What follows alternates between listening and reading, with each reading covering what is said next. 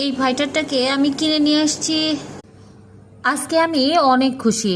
আমার ফাইটারটা কিনে নিয়ে আসা প্রায় 2 মাস মতো হয়ে গেল। এই 2 মাসের মধ্যে আমি অনেক চেষ্টা করছি। ফাইটার একটা ফিমেল ফাইটারও আমার আছে, দুইটাকে ব্রিডিং করানোর জন্য, কিন্তু আমি এখন পর্যন্ত সফল হতে পারিনি। আমি জানি না সফল হতে পারবো কি না, তবে আমার কাছে কখনো তো ফাইটার পালার অভ্যাস আমার ছিল না। আমি কখনো ভাবতেই পারিনি কিভাবে এগুলো ব্রিডিং করে, কিভাবে কি হয়। পরবর্তীতে ইউটিউব দেখে দেখে অনেক কিছু শিখলাম। শেখার পরে মনে করলাম যে আচ্ছা ঠিক আছে, এর আগে একবার ব্রিডিং করানোর চেষ্টা করলাম।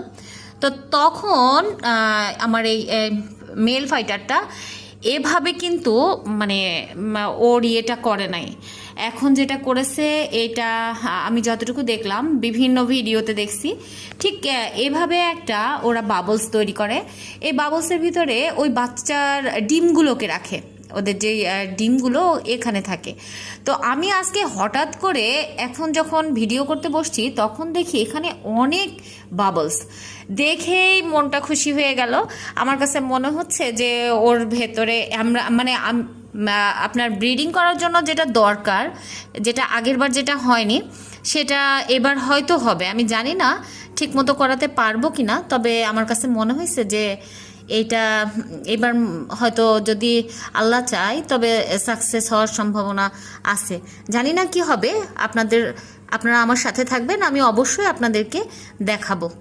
তো এটা এখন আমি মাঝে মাঝে যখন ভিডিও করি তখন আমি ফিমেলটাকে ওর কাছে নিয়ে আসি, ভিডিও বানাই। অনেক সময় দেখছিলাম যে ফিমেলটাকে এত নিয়ে আসলে নাকি এটা প্রবলেম হয়। আমি অবশ্য অত কিছু ভেবে করিনি, আমি জাস্ট ভিডিও করার উদ্দেশ্যেই ওদের দুজনকে এক জায়গায় করি। তো এখন এটা দেখার পরে অনেক খুশি লাগছে, অনেক ভালো লাগছে। মনে হচ্ছে যে দেখি এক্সাইটেড, আমি অনেক এক্সাইটেড। আমার মনে হচ্ছে কিছু একটা হবে ইনশাআল্লাহ। তো আপনারা আমার সাথে থাকবেন, অবশ্যই দেখবেন যে পরবর্তীতে এই ফাইটার দুজনের কি হয়। আসলেই কি এখান থেকে বাচ্চা হওয়াটা সম্ভব না। যাই হোক, ভালো থাকবেন, সবাইকে সুস্থ থাকবেন, সবাইকে আল্লাহ হাফেজ।